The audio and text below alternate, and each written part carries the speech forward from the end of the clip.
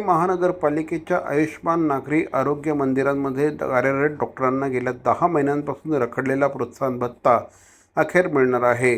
आवश्यक निधी मंजूर झाल्याने पुढील 2 दिवसात डॉक्टरांच्या खात्यात रक्कम जमा होणार असल्याची माहिती आमदार संजय केळकर यांच्या जनसेवकाचा जनसंवाद या कार्यक्रमात देण्यात आली.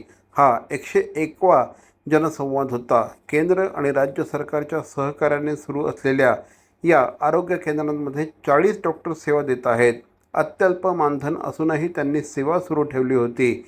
याशिवाय STP केंद्रांवरील कर्मचाऱ्यांना किमान वेतन, वेळेवर पगार, PF आणि रजेच्या सुविधांबाबत तक्रारी मांडल्या.